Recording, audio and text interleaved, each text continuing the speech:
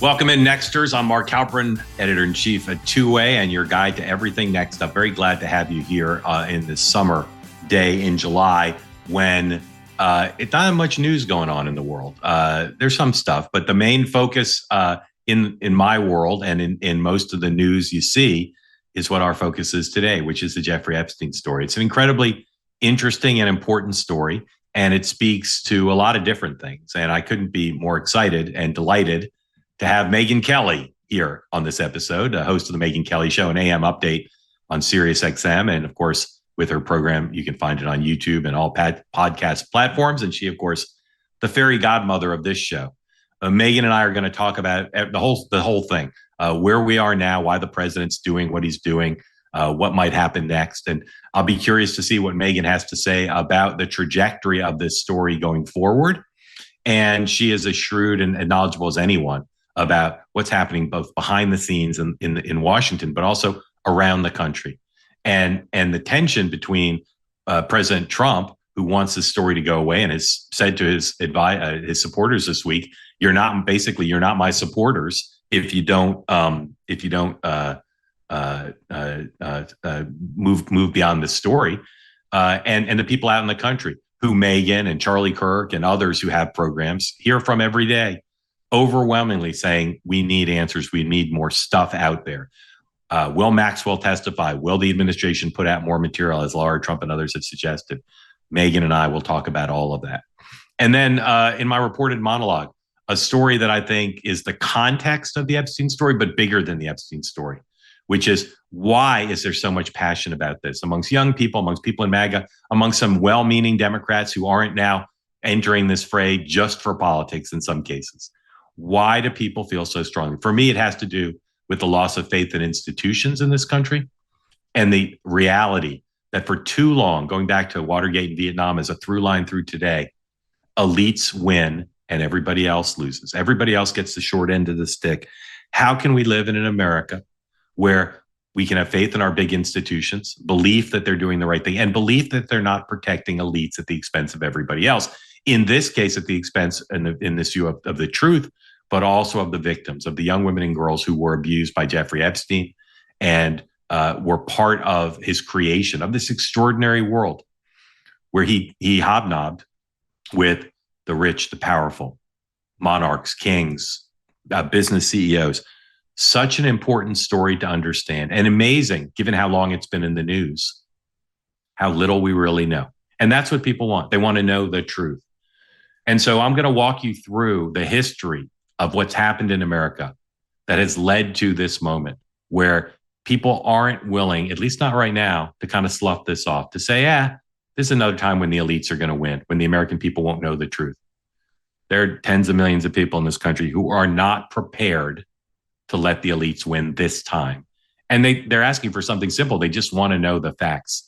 They want to know what the government knows. Now, there are times when the government, like with national security, government needs to know more.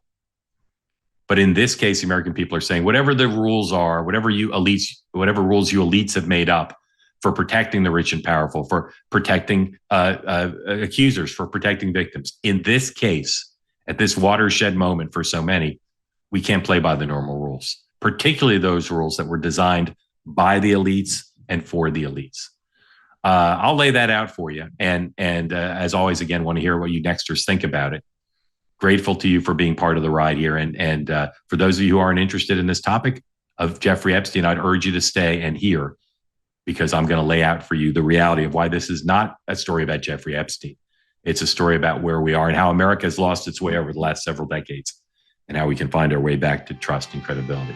So my monologue in a little bit, but next up, Megyn Kelly, my conversation with her about the whole Epstein story, what we're both hearing, and what Megyn forecasts is coming next up.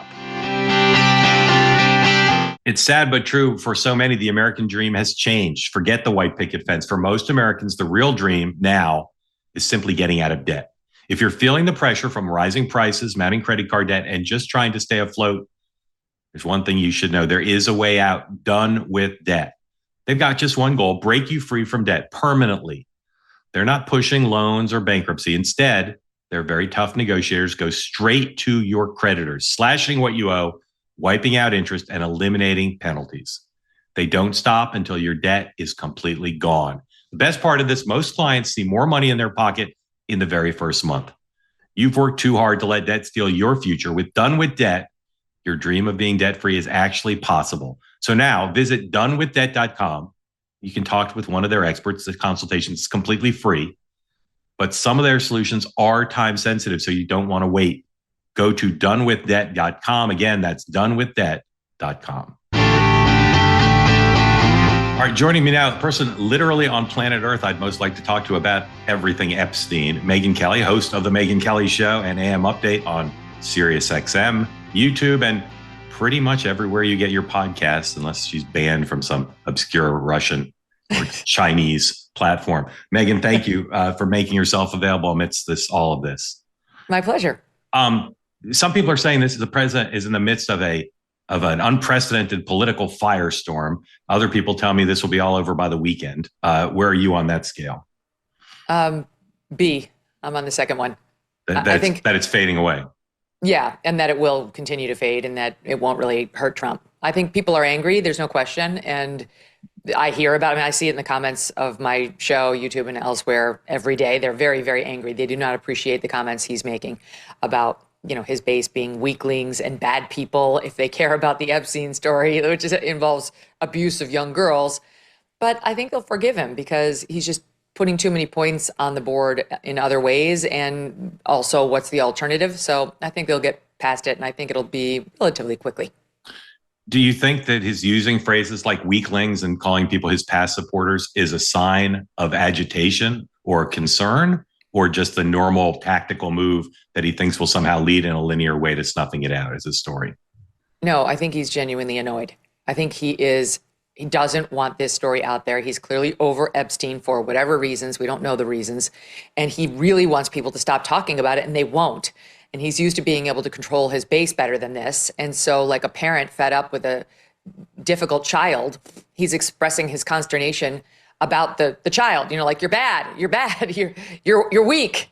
And the child doesn't stop loving the parent, to continue this analogy, but the child may be a little, irritated and hurt. Now, I do think it was kind of smart of Trump to say, like, everyone, like all these people who say this, you're all my past supporters, because now he's got every supporter in media and in civilian life thinking, is it me? Is it me? Is it me? And it's sort of a way of controlling them into sort of getting back in line. And I don't know that they're going to on Epstein. I really don't. But I think, like I said at the top, they'll forgive him. All right. Based on your, I want to talk about the motivations of other actors here, the people around the president, congressional Republicans, and then people who have programs who keep talking about it, who are traditionally allies of the president. But first, I want to run through some theories that I hear, and based on your knowledge of the president and any reporting you have, your thoughts on these. And I'll say it takes a lot to be a good analyst of this situation. You have to understand Donald Trump. You have to understand the underlying the mood in the country. You have to understand MAGA. And again, you're one of the few people who I say has PhDs in all those things. So first, some people say the president's upset because there's something in there about himself or his family or his friends that he doesn't want to come out. What do you credit that theory? I don't rule it out because he knew Jeffrey Epstein for 15 years. They were very close friends. And so, there could be something in there that Trump doesn't like. I don't think it's something devastating because I'm of the mind that it would have been released by a prior president, namely Joe Biden or his vice president, when they were running against Trump, if they knew they had that kind of silver bullet against him. They tried to put him in jail over falsified business records regarding Stormy Daniels. Why wouldn't they have dug up some photo of him with a 14-year-old? Like, that's just not plausible. So I don't rule out that there could be something that Trump doesn't like and really isn't looking forward to seeing hitting the news, and that there could be a friend of Trump's or two in there for whom he has the same concern. But I don't think there's some smoking gun in there. All right. Number two, I want to run by you, relates to what you referenced, which is we all say and know they had a quote unquote long relationship. But I at least don't know, how often did they go to each other's homes? Were they ever together outside their homes? Did they have a business relationship at all? I don't know the answers to any of those. There's a rumor in my world, and I'm sure it's come to your inbox too, that a major newspaper is about to publish a story chronicling the details of their relationship. Do you know anything about that? And do you know anything about when we say they had a close relationship, what were the contours of it? Well, my information is from reporter Vicky Ward, who's been all over Epstein from the beginning. She had the fact that he was a sexual predator back in 2003, and Graydon Carter at Vanity Fair spiked that piece of her Epstein profile. And she had spent a lot of time with Epstein in preparing that thing. And then also Michael Wolff, who's got a checkered history when it comes to reporting on Trump in particular. But those two both say the same thing about Trump's relationship with Epstein, which is that it was very close for a number of years, in particular, thanks to the Palm Beach connection. And that they did spend time together at Epstein's home and outside of sort of the office. This is when Trump was just sort of, still a bon vivant businessman, man about town, no connection with politics. And Epstein knew everyone back then, too. I mean, he was literally hanging out with Bill Clinton and Israeli Prime Minister Ehud Barak and everyone in media and the presidents of MIT and Harvard. If you were anybody, you were hanging out with Jeffrey Epstein back then. In fact, Vicky Ward had reporting that the reason maybe they broke up as friends was there was a property that was for sale and Epstein was going to bid on it. It was up in a bankruptcy proceeding and Epstein was going to bid on it. And he brought Trump over to the property to say, how could I move the swimming pool? And Trump, instead of helping him, threw in a higher bid at the bankruptcy proceeding, $5 million higher than Epstein's, and that this was a source of consternation. There's another report that the friendship ended because Epstein hit on a young daughter, like a 14-year-old daughter of a Mar-a-Lago resident or attendee, and Trump was angry about it. So we don't know the truth, but they definitely did see each other outside of just any professional setting, and they were, by all accounts, close. Again, take it with a grain of salt, but Michael Wolff reported that in some ways, quote, they loved each other. Yeah, I'm not positing that the answers to the question of how much time did they spend together, et cetera. I'm not saying I know that it's incriminating, but we don't know the answer. NBC has a report that they republished today. I believe they republished it a year ago, that Jeffrey Epstein brought an adult woman to Trump Tower and Donald Trump fondled her in front of Jeffrey Epstein. If that woman, again, hypothetical as we gain this out, if there is such a woman and she tells that story on camera, on the record, that to me would be a way in which people's suspicions about their relationship might increase quite a bit. I mean, yes and no. It's like, yes, the left will run with that and say, But I mean, I think most of us on the right will say, he's on camera saying he can grab women by the P word and they let you do it when you're a celebrity. So I think we're all kind of past the point of being shocked that the younger version of Donald Trump, who ran the beauty pageants, et cetera, might have gotten handsy with some women. I just don't think that's going to move the needle. Okay. Last one is yesterday on Wednesday. Jim Comey's daughter, who's a member of the U.S. Attorney's Office in New York, was fired. It's not clear why she was fired. Some people are speculating maybe this is an opportunity because she prosecuted the Maxwell case. Maybe this is an opportunity for the president's team to say this whole thing was set up by the Comeys. What do you think of that theory, that could be the reason she was fired would be to begin to lay the predicate for that argument? That one I don't know about. I'm as mystified by the Maureen Comey firing as anyone, because if you wanted to get rid of her, why wouldn't you have just done it in the initial fell swoop? A lot of DOJ attorneys have been fired. Many.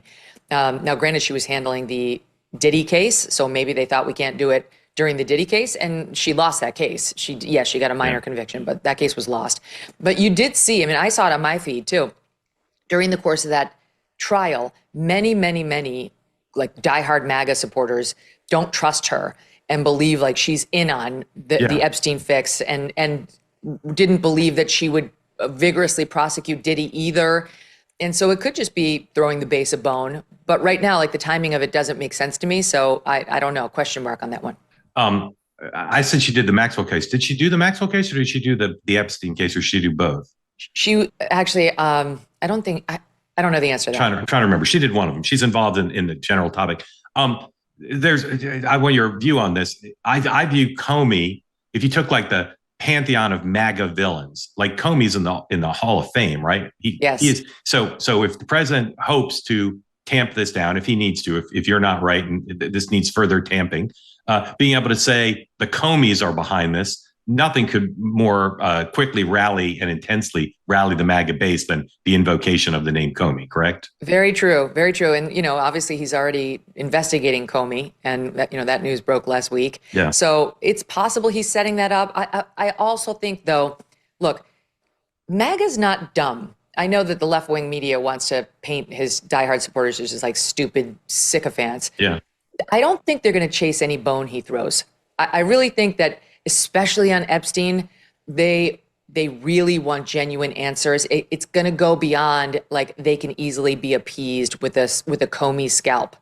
I think they need to disclose a lot more information, and I think there is a lot more information. I am not of the belief that there's nothing that can be disclosed, because you look at the two reporters who have covered this case more than any other, and that is Vicky Ward and Julie K. Brown, the latter of the Miami Herald. Vicky's been with Vanity Fair for a number of years and has published for many different outlets since. And they both say, yes, there is and would be a ton of information. Look back at when Epstein got that sweetheart deal in 2007, crossing over to 2008, when it was all put to bed. At that time, the government alleged in pleadings that it knew of 30 victims, which is probably way low. That was 30. Now they say it's 1,000. We know the names of like a few, maybe 5. It's ridiculous. And we know the names of maybe 5 men who might have been caught up in the Epstein circle. That's, I mean, on its face, we haven't been told the full truth about what's gone on. Not to mention, where's the full investigation and reveal on Les Wexner, the guy who owned the Limited and Victoria's Secret, whose money seems to have funded Jeffrey Epstein's exorbitant townhome. It wasn't a townhome, it was a huge mansion in Manhattan, among other things. There's just a lot of very big names that we haven't heard the full story on. And okay, maybe we'll never get it, but you cannot tell me there aren't documents, FBI documents, court documents that delve more deeply into these people that are producible. And by the way, you know, Epstein's dead. That's another thing. So it's like he's not defamable. Like, things about him should obviously be returned. Things about the accusers. Okay, if they're underage when they make the accusation, that's one thing. But adult accusers, there are some court documents that would protect them, but not all of them. So I am of the belief that there is more to be released. And I think MAGA is not going to chase the, James Comey bone without demanding to see the documents. I'll put one asterisk on it. If you're a true conspiracy theorist, and I don't use that term for the Epstein, people who want answers about Epstein, but there's some faction in there that are just conspiracy theorists, you're never satisfied. And it is true that no matter what gets released, they will always believe that there's more that's being hidden, and they will never accept that there wasn't a pedophile ring that's being covered up by the government. And so Trump's up against that too, in large part because a lot of the people he has around him in the administration fanned those flames for many years. Right. Okay. So talk about disclosure. Lara Trump said, yes, there should be, and there will be more disclosure. The president, even this week, as he's been attacking his supporters and demanding people stop covering the story, talking about it, has said also, like, proper disclosure should happen. Charlie Kirk and others have made good recommendations, very specific. These are the steps you should take. Is it your understanding that's underway? And if so, shouldn't they let people know it's coming? Or did they not plan to actually disclose? Here's all we've heard. Lara Trump said more is coming. And Trump said Pam Bondi should disclose anything that's properly disclosable. Yeah. That's not confidential, that's not protected. Well, Pam Bondi's already said she's disclosed everything that's disclosable. So, and then, President Trump, while saying she should disclose anything that's disclosable, said everyone's a loser who has questions about this case. You're a former supporter, you're a bad person. Right. So is more coming or not? I don't know. I don't know. I will tell you this. My sources inside the government say that the reason Dan Bongino stayed is because he was made a promise that something more is going to happen, that she's either going to disclose more or she's going to, give an interview, hold a press conference. But I have other people who say she's not going to give a interview or a press conference because she can't do it. She's not capable. Next up, more with Megyn Kelly. Stay with us. That's next up. Think about this. What if you could delay your next 2 mortgage payments? That's right. Imagine putting those 2 payments in your pocket and finally getting a little breathing room. It's possible when you call American Financing today. If you're feeling stretched by everyday expenses, the groceries, gas, bills that are piling up, you're not alone. Most Americans are putting these expenses now on credit cards, and there doesn't seem to be a way out. American Financing can show you how to use your home's equity to pay off that debt. So you need to call American Financing today before you get to a point where you can't make those payments. Their salary-based mortgage consultants are helping homeowners just like you to restructure their loans and consolidate their debt, all without paying any upfront fees. And their customers are saving an average of $800 a month. That is equivalent to $10,000 raise. It's fast, it's simple, and it could save your budget this summer. So call now before it's too late. It's 866-886-2026. Again, that's 866-886-2026. Or you can visit americanfinancing.net/next. All right, let's talk about another group of people who have bedeviled the president's desire to get people to stop talking about this, which is Republicans in Congress. People say all the time the president has this iron hold over Republicans. We saw that in the passage of reconciliation. We saw it in the passage of the rescission bill. Like, he does have a lot of sway, maybe more than any president in our lifetime, over his party. Why are people from Speaker Johnson to other leading members of the Republican Party in Congress, why do they continue to say there must be more disclosure when they know that's not the line the president wants? Because their feeds look exactly like my feed looks, which is, I mean, it's 90 to 10 out of 100 that want more disclosure on Epstein and who are expressing real anger with the president over this issue. So the power that Trump has over them is that he can turn the base against them, but not on this issue, not on this issue. So I think this is a tough one for them because their constituents are saying something very different than what the president is saying. And in this particular instance, they've got to choose. So they've got to sort of thread that needle where they don't completely tick off the big boss, but show their constituents that they hear them and they care. They're looking for answers. So that's why you got, Mike Johnson didn't do like a pound the table, like we need more. This is an outrage. He didn't go full Glenn Beck, who I love, but Glenn Beck had the double blackboard out yesterday. It's serious when he busts out the double blackboard. Double board day. Yeah. So he didn't go that far, but he said he threw a bone, like we need more disclosure in passing. And I think he set the tone for other Republicans to be able to say that much. And is your view that this will go away and not be a sustained problem for the president true, even if they disclose nothing else? Yeah, it is my view. I think, this is as close as Trump has come to the shoot someone on Fifth Avenue moment and see if the base will still stand by him, like a direct attack on them as truly like as bad people, as weaklings, if they care about Jeffrey Epstein and whether he was running a pedophile ring, but he has shown time and time again that he can withstand the most outrageous of behavior. And look, is it so far afield from saying he doesn't like John McCain because he prefers people who aren't captured? That in a way is an attack on core Republican values about praising our military, certainly prisoners of war. It's just Trump, he's doing too much good to stay down in the dumps for long, even with his core supporters. So while there will be lingering resentment about those insults of people who have been very loyal to him and who literally put him in office, it's not going to change their vote because what are they going to do? First of all, he's not running for re-election again, notwithstanding what my pal Steve Bannon says. And they really just need to decide whether they like what he's doing as president for the next 3 years. And look, it's been great. I just made a list this morning. It was like, okay, so we've had the Stop Fentanyl Act this week. Of course, we had the Laken Riley Act. We got the big, beautiful bill through, which has lowered everybody's taxes. It's kicking people off of Medicaid who have been gaming the system, which I don't think most Republicans have a problem with. The border is secure. The crossings are down to just a trickle. Netanyahu nominated him for a Nobel Peace Prize, which actually is legit. So I think there's just too many wins. Trump is too popular, and he's legitimately doing too well for him to stay on the wrong side of his core base for very long. Yeah, I tend to agree with you. I say to people, I see people on TV, including people on the left, but not only, and they're talking with authoritative tone about what this is going to do to Trump's relationship to MAGA. And I say, I think we should all be deferential to Donald Trump and assume he knows more about MAGA than we do.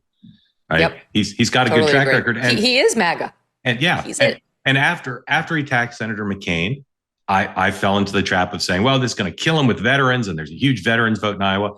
And then in South Carolina, he attacked the Pope, and everybody's like, oh, he's going to kill him with Catholic voters. I was like, no, it's not. And it didn't. Our dust up on the debate stage, same. Yeah, they were like, he attacked a woman. Women will never vote for him again. Right. Another good example. And yet there's another group, which is Charlie Kirk and others, Steve, certainly Laura Loomer, arguably some of the president's most important, influential, and supporters, and amongst those with the strongest sense of the grassroots, and they don't seem to be stopping. So it's been interesting. So today's on that front, today's the 17th. Yeah, you go. Today's the 17th. Yep. On the 25th, are those shows going to be talking about Jeffrey Epstein? I think so. Less and less, but I will say, like, Bannon's been really all over it. Bannon every day has got another booking, and you forgot Tucker. Tucker's doing it's Ben Ferguson. I mean, I could list 50, and it's almost uniform. And of course, Charlie, who we both like and respect, Charlie spent a day in sabbatical, and then came right back to it. So what will stop? What will if there's no more disclosure? What would cause those people to, if their phones are still 90/10, their inboxes are 90/10, will they keep going? Because when they're talking about that, they're not talking about the president's accomplishments. They're not talking about the Democratic Party's 25% approval rating. Yeah. It's going to be a lack of oxygen. I mean, the story gets starved because there'll be no drips of information. So it necessarily will not dominate news coverage because we're not getting anything new. And one of the things the president's suffering from right now is, number one, it's a relatively slow news cycle. Right. Which is, by the way, another reason why it was dumb to drop that 2-page memo in the middle of the summer. She thought it would get buried. No, it's exactly the opposite. You drop that thing when something massive has happened. Go ask Gary Condit why we stopped talking about him. 9/11 happened, and his whole story got forgotten. So that was dumb. It was a self-inflicted wound. But there's only so much you can do with it when there's no new information coming out. So the left-wing press is now, they're so noble. They're suddenly really interested in getting to the bottom of the Epstein scandal because they deeply care about exploited young girls. Asterisks, if President Trump could get hurt and possibly shown in a photograph with one of them. In any event, they'll keep it going for a while as they now search and use their massive resources to actually get to the bottom of Epstein. But that can't last forever. The guy's been dead for 6 years. There's not going to be a ton of new information. And I think the story will starve from lack of oxygen, even with those people you just mentioned. Okay, so let's talk about possible oxygen. One thing I said a couple episodes ago that I got heat for, even though I'm sure I'm right, the president's a student of history, and he's a student of presidential history. And one thing he knows is don't put oxygen in here. Don't put more fuel on the fire. If they do have more disclosures, either there'll be more stories about how it's insufficient, or there'll be stuff in there that people will see as fodder. So that's why I don't believe I think they'll avoid disclosure if they possibly can for that reason. Mm-hmm, yeah.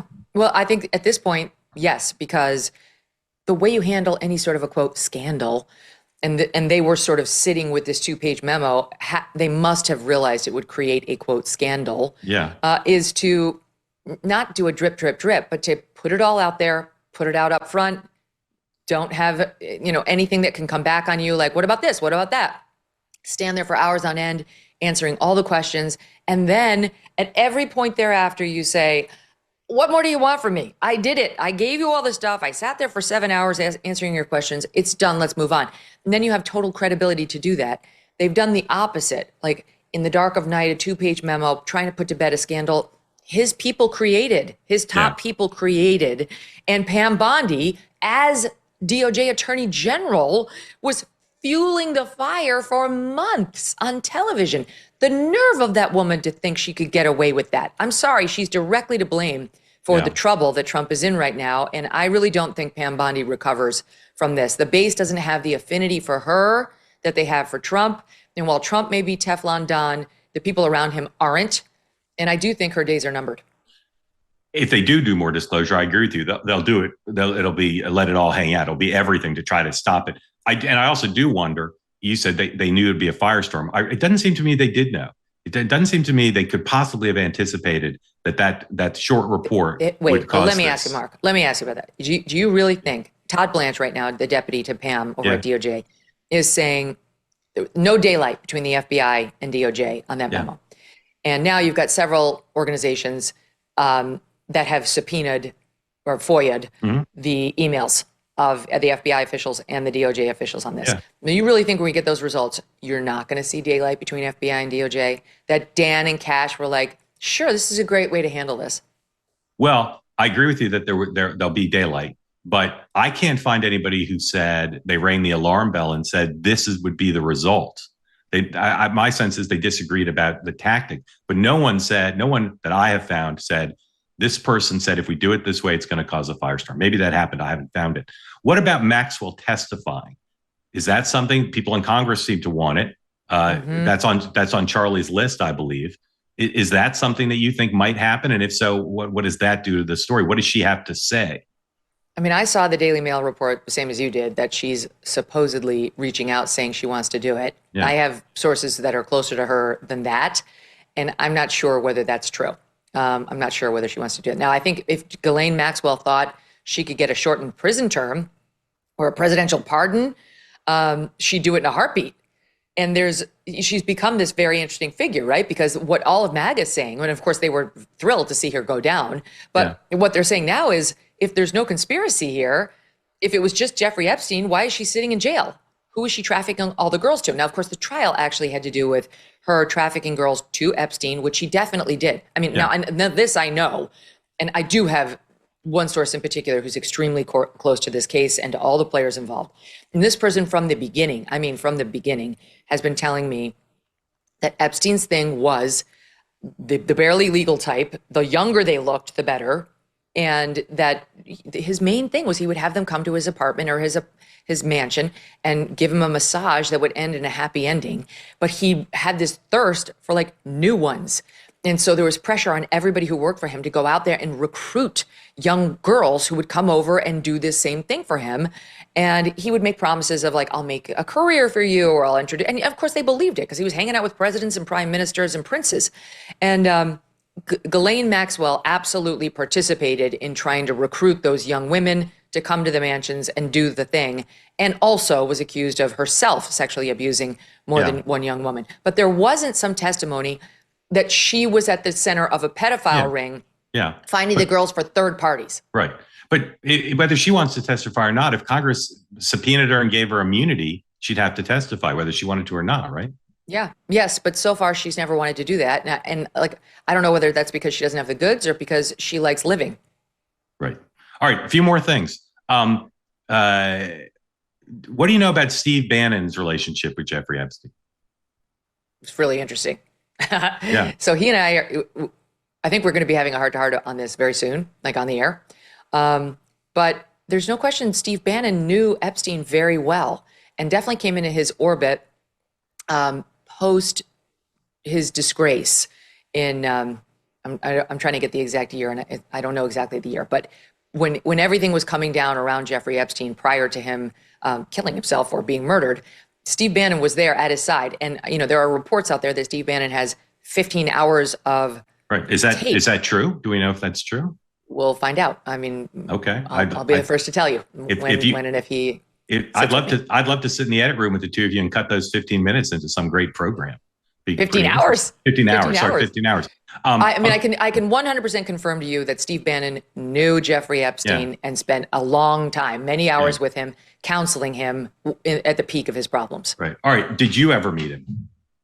Epstein? No. No. What do you wonder? Mark, can I tell you, if I had, I feel like I would have been duped by him because I don't have the gift at all that my husband Doug has, which he's like, he's a scumbag, he's a dirtbag, don't do it. And I'm always like, no, he seems so nice. And then 5 years later, the person's in jail for felonies.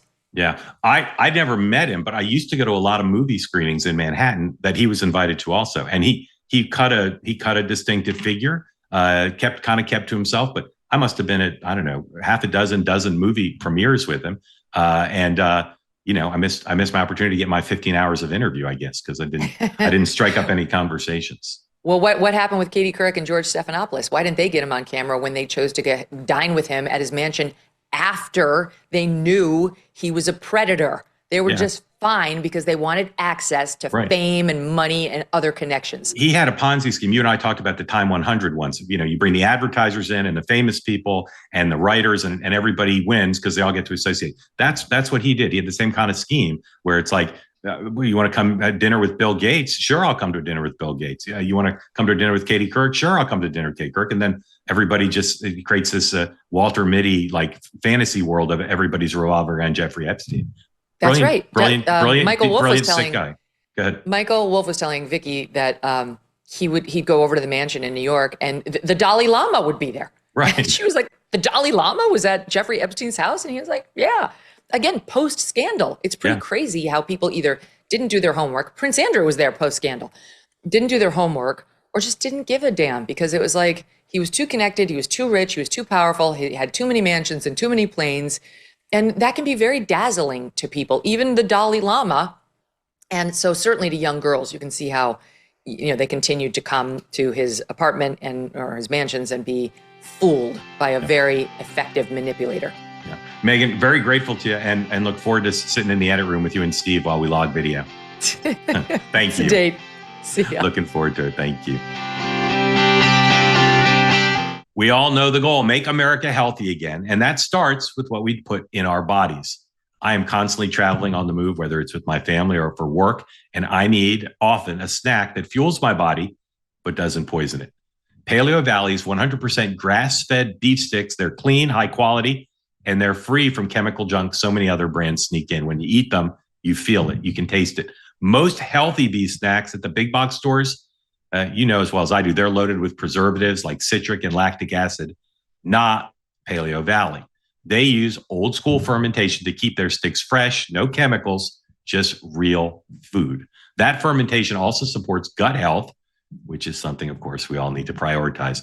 We all deserve better than that ultra processed junk that's pushed by the same industries that are making us sick with their products. This system may be rigged, but we don't have to play along. Paleo Valley beef sticks, they come in 5 delicious flavors, made from grass-fed, grass-finished beef, sourced from regenerative American farms. There's no MSG, no gluten, no sugar.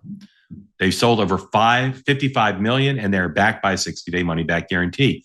Paleo Valley makes 100% grass-fed beef sticks because healthy living should be easy and accessible for all of us. Right now, get 15% off your first order at paleovalley.com. Use the code NEXTUP.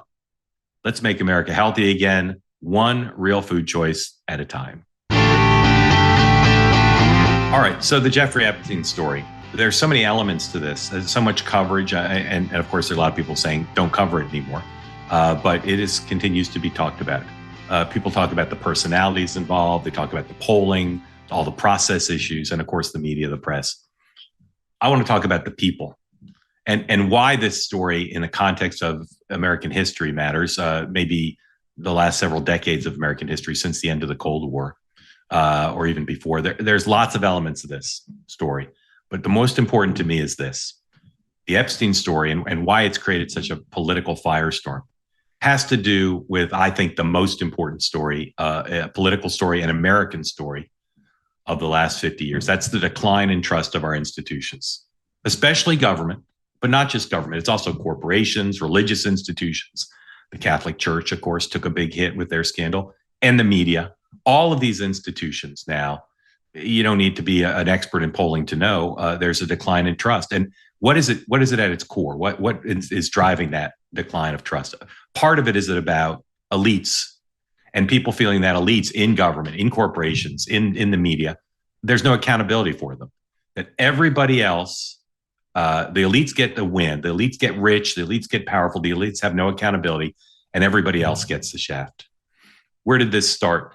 Well, it started, I think, with Vietnam and Watergate, the two seminal events in American history in the 60s and 70s that you see it in the polling. And, again, it doesn't take a genius to know people's faith in government really declined. Institutions like the federal government lost their credibility. There's a polling question that's been asked for decades. Do you trust the government to do the right thing? Sometimes, always, never. You look at that chart, decline in trust in government, starting with Vietnam and Watergate, plummeted because in the earlier part of American history, people did trust the government to do the right thing. There's another polling question that's been asked over that same period of time that I think also, along with do you trust the government to do the right thing, tells the story of the context in which this Epstein story has gotten so much attention. Will your kids have the same, better, or worse economic opportunity than you did? Also began to plummet over this period of time. So there's some big stories related to the government. Talked about two, Watergate and Vietnam. There's the Iraq War, there's COVID, et cetera. Talk about those in a moment. But I believe that the context here for both the far left and the far right, the populist left and the populist right, the Bernie Sanders movement and the Donald Trump movement, is a lot about the economy. It's about jobs disappearing, not just in the Rust Belt, but all over the country, and the economic pain that causes, but also the problem for identity, including maybe especially amongst men, where their jobs that they expected didn't exist. The cost of college, the ability to buy a home, the American dream connected to buying a home, just not available for so many people over decades. The growth of income inequality, again, also over decades. These are issues that resonate on the left and the right. It's not about one party or another, one ideology or another. Same with the rise of China, getting crap products from China, then getting COVID from China, but also seeing China rise up and feeling like elites get rich when China does well in America. American elites do well, but everybody else loses. So that's one important piece of the context of why this story is resonating so much about Jeffrey Epstein. Then there's, of course, the political track that runs with that, the polarization that we all know about, the red-blue divide, that the loudest and angriest voices on the national town square are the ones that dominate. And then we have digital media and the ability to have content at your fingertips on your phone in your house whenever you want it. What has that done? It's produced the opportunity for nonstop hate.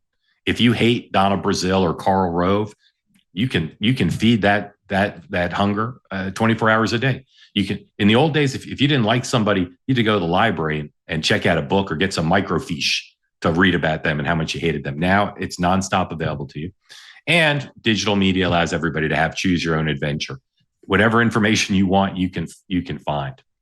And what people have gathered around, and again, it's about the two movements that exist in this country today. What's a movement? It's not just people being casually connected to politics and ideas and a desire for change. It's about people being passionately connected. The Bernie Sanders movement, the Donald Trump movement. What do they believe? They believe that DC gets rich, and DC is an extremely rich area. The statistics are mind-boggling. I think if the American people actually knew how rich people in DC were, they'd be even more outraged. But DC gets rich, and everybody else falls behind. That income inequality grows. That if you live in DC, either you are a lobbyist or you have a lobbyist.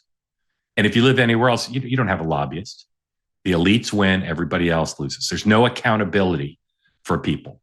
And the Iraq War, extremely disillusioning to people about accountability. WMD, Americans spending all this money, losing all these people, having all these people wounded over a war that the American people rendered a verdict on, that it was not a war worth fighting. Financial crisis, 2008. People lose their jobs, take huge hits in their retirement funds. And what did they see? No accountability. No one indicted. Plenty of people said, you march financial executives into Times Square and hang them, but nothing, no accountability. President Bush, someone I covered, someone I've known, lovely guy, but Bush has become one of the dirtiest words in American politics, particularly on the right, because of the financial crisis in the Iraq War and the belief that was a war for elites. It was a mistake by elites in the financial crisis, and no accountability. Then we get Barack Obama. Okay. President Obama, like the two presidents before him, President Clinton, President Bush, believed it's central. We got to unite the country. We have to create economic opportunity for everyone. And all three of them, two-term presidents, very well-meaning, each one largely a failure, particularly Bush and Obama. The Tea Party occurs during Barack Obama's time in office. Very little repair of the belief, to restore the belief that the American dream exists for everyone. Then we get to 2016. I think this is an extraordinary important year for the phenomenon I'm talking about. The fundamental change in America. Again, back to the two poll questions. Do you trust the government? And are your kids going to have the same economic opportunity you did? 2016, we had on the Republican side, Donald Trump, not a Republican, taking over the Republican Party. And on the Democratic side, if the rules had been fair, Bernie Sanders would have been the Democratic nominee, not a Democrat. Take over the Democratic Party. Another pair of institutions that we see in sharp relief in 2016, where people have lost faith in them, the Democratic Party and the Republican Party. Donald Trump got ahead of that parade, as did Bernie Sanders. Donald Trump did it, and this is one of the extraordinary aspects of Donald Trump. an elite who attacks elites and makes people who are not elite feel they have a voice. How elite? Billionaire with lobbyists. Donald Trump had Paul Manafort and Roger Stone, one of the most powerful lobbying firms in Washington history, on his retainer, and others, right? And Donald Trump said, I will go to Washington and I will hold the elites accountable. Lots of obvious thematic and substantive contradictions, besides the fact that he was a billionaire with lobbyists. Lobbyists did very well when Donald Trump was president. He talks about draining the swamp. There's plenty of things where he didn't drain the swamp. But his movement invested in him the belief that he got it, that he wanted people to say, I have trust in institutions and America, making America great again. Our corporations, our government, everything will be great and people can believe in it, and that their kids will have the same or better economic opportunity than they did. Then COVID, okay? COVID, an extraordinary blow to people's faith in government. People worried about the rules, their kids' education, whether the vaccines were safe. And this is not just a fringe MAGA set of concerns, okay? This was a shared national wonder, as much as government officials were dealing with an unprecedented situation. And you could argue the creation of the vaccine, extraordinary, but now, of course, people wondering whether the vaccine, particularly for kids, was a good idea. But COVID really undermined people's faith in our institutions to do what's right. Now, all of those things I think apply Democrats, Republicans, Independents, not 100%, but these concerns, this long range feeling of something off track in America is not a partisan thing. But there is one thing that has made the people on the right have a heightened concern about institutions and about trust and about elites versus everybody else. And that's some of the pace of change in our economy, immigration. So we become a more diverse America with people speaking different languages, eating different foods, having different customs and traditions. That has made people feel in some parts of America undermined, that their traditional institutions no longer reflect their values and their identity. We see that in changes in race relations, in LGBTQ rights. We see that in some of the things revolving around trans and gender roles. All of these, for people largely on the right, not exclusively, but largely, have caused the same tension and the same concern of, is this my country? That these are cultural changes that elites want, but that they don't want. And that has created a propensity to make allegations about institutions, that they're promoting change for some unknown or identified but not proven group of people who want these kinds of change. Another element that's special, the right has these special issues. Young people in particular, have never lived in an America where there's trust in cultural institutions. They don't believe that, in most cases, I'd say, in many cases at least, that they're going to have the same economic opportunity as their parents. And you know why they don't? Because many of them don't have it. They're living it. It's not worry about the future. It's reality about the present. They can't even imagine buying a house. They can't even imagine having a career path that's linear. And they look at these institutions around them and they say, how could it be that this America that I've read about in history books, learned about in school, where the American dream is available for everybody, is not available? And who do they blame? They blame elites. They blame these big institutions that are powerful and rich and have lobbyists and don't seem to suffer during COVID, get richer during COVID, don't seem to suffer in the financial crisis, even though they caused it. Americans have lost trust because they've seen it. This is not conspiracy theory. This is not made up. This is not partisan.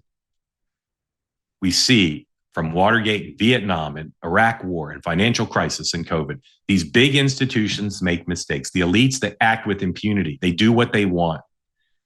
The media is fragmented. It's confusing. It doesn't answer the question. It doesn't hold the elites accountable. And the media is, of course, made up of a lot of elites. All of this cultural change is happening so rapidly. There's no shared consensus about it. And the technology, this digital technology that's so powerful, that brings you this program, this technology just divides us and allows people to have their own enemies whenever they want it. This kind of, this phenomena, it's resulted in kind of what some calling a civic vertigo. People no longer know what to believe. And many simply then turn to the biggest conspiracies. This Epstein story occurs in that context where people say something bad happened. We know something bad happened. We know that Jeffrey Epstein had relationships with elites, and he used those relationships to get rich and to sexually abuse young women and girls. We know that. But people want to know is who else has been held accountable?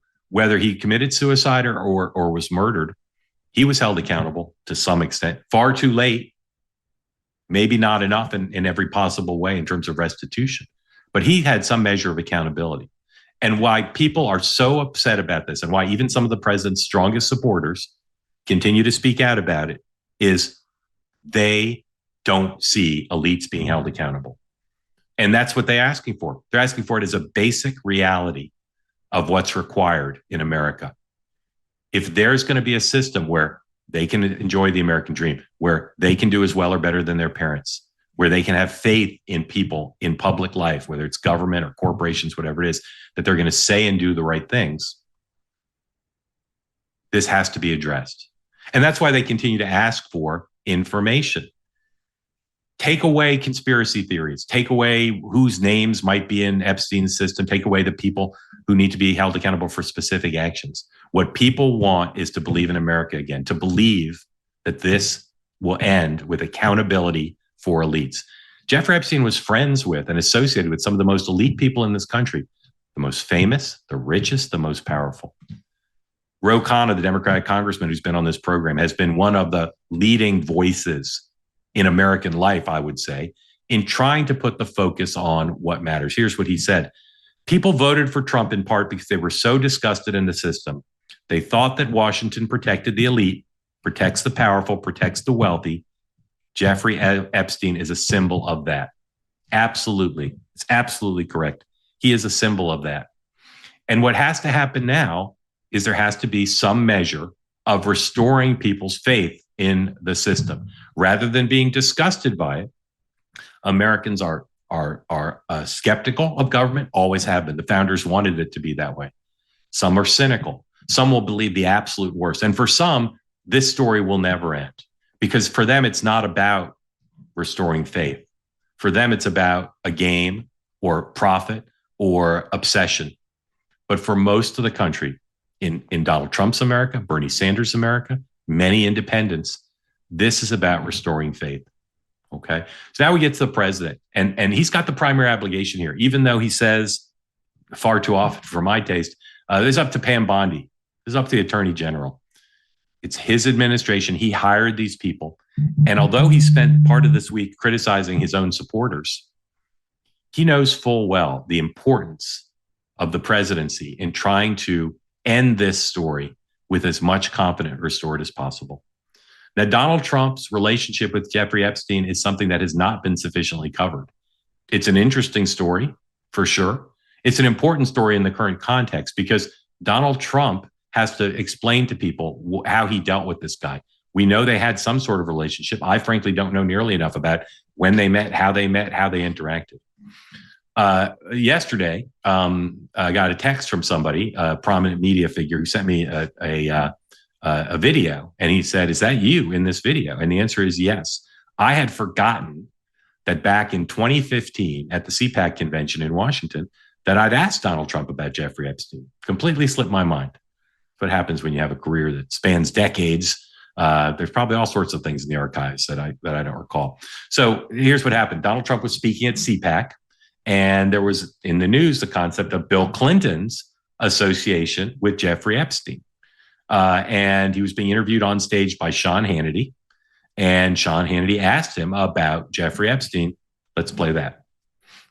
Okay, let me mention some names to you and just get a quick response. Hillary Clinton.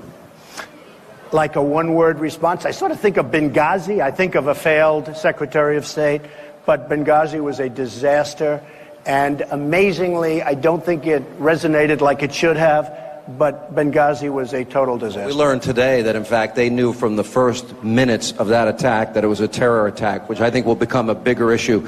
Bill Clinton. Nice guy. Got a lot of problems coming up, in my opinion, with the famous island with Jeffrey Epstein. A lot of problems. Barack Obama.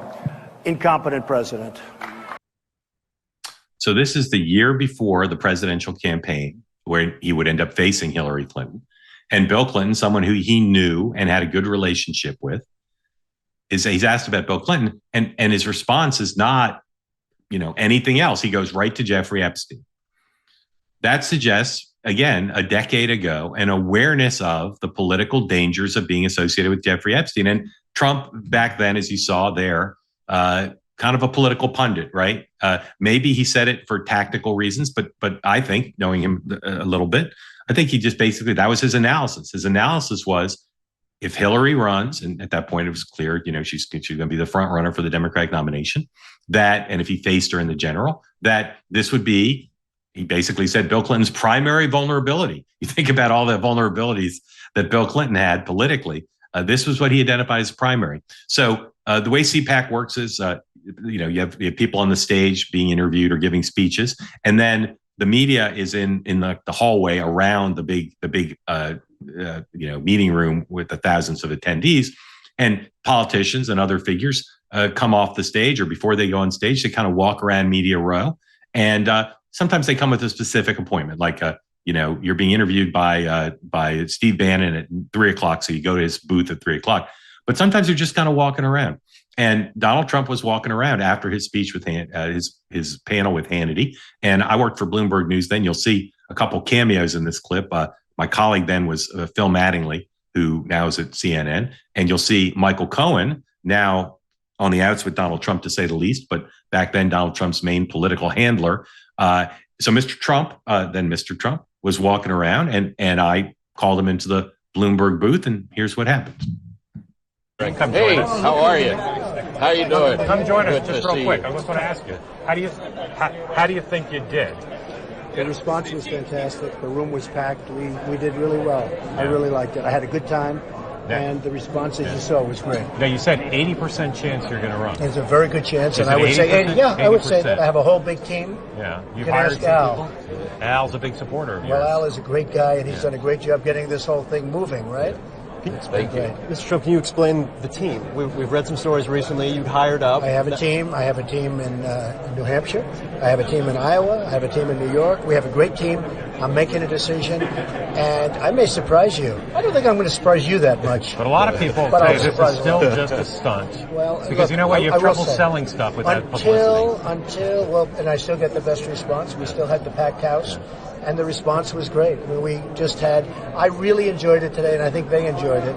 But until I make that decision and actually announce, you're going to have skeptics. We were talking to Al about the scrutiny that Mrs. Bush has gotten in the last couple of days at two big high-profile stories. What's your view about whether it's all right for reporters to write about people who may be the First Lady of the United States, well, it's including tough. Your wife if you run? Well, she's pretty good. I don't know what you're going to find. You're going to have to let me know. But I have to tell you, they were very rough on Mrs. Bush. That was tough stuff. That was nasty. You think it was over the line? I don't know, because I don't know her, but it was nasty. You raised the question of Jeffrey Epstein in your remarks about in the Q&A. Well, I think he's got a problem. I mean, what do you think the problem will be? I don't know, but that island was really a cesspool. There's no question about it. Just ask Prince Andrew. He'll tell you about it. The island was an absolute cesspool. So, the Clintons are friends and he's of been yours, there right? for many times. The Clintons are friends well, of I yours. can't say friends, but I know You're friendly. You know them.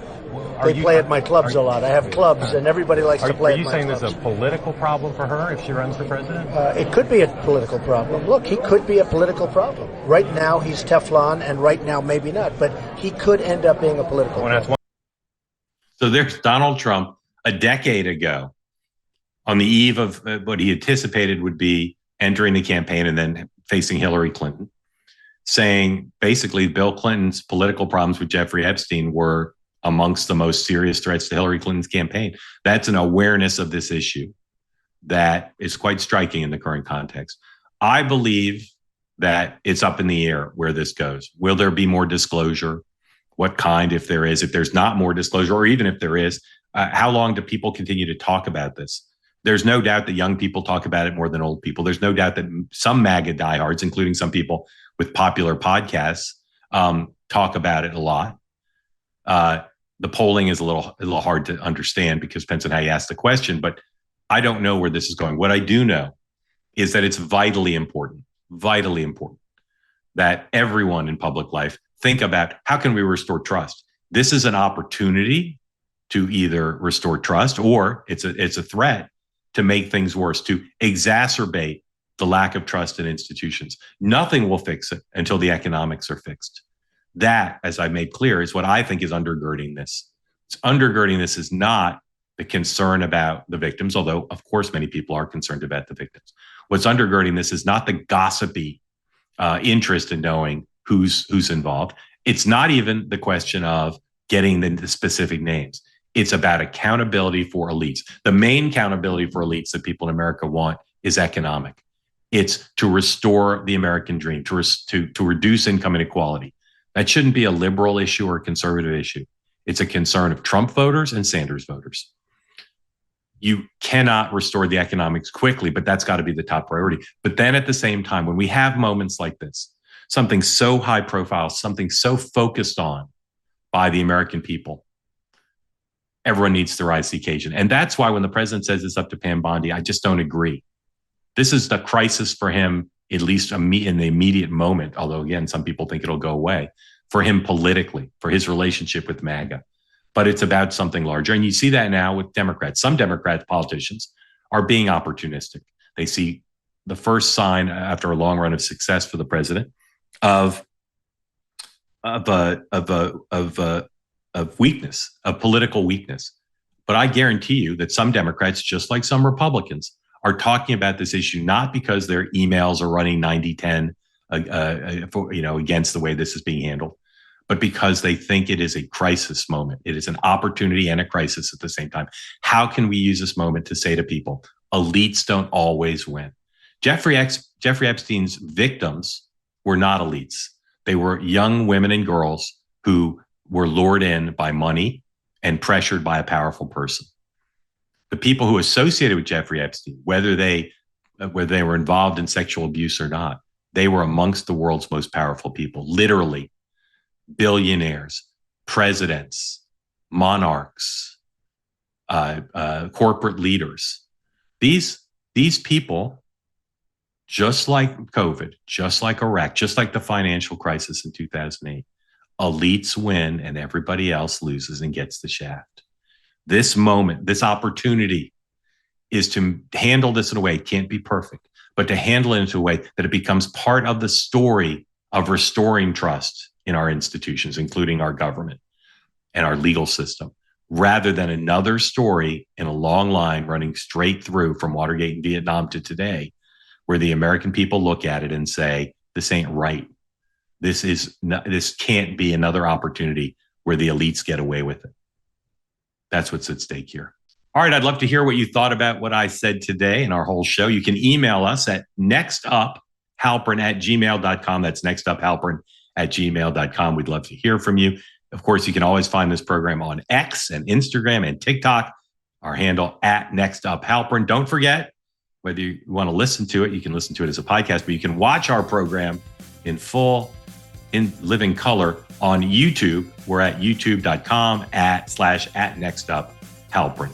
Grateful to you for watching. Appreciate you being one of the Nexters, and we'll see you with what's next up next time.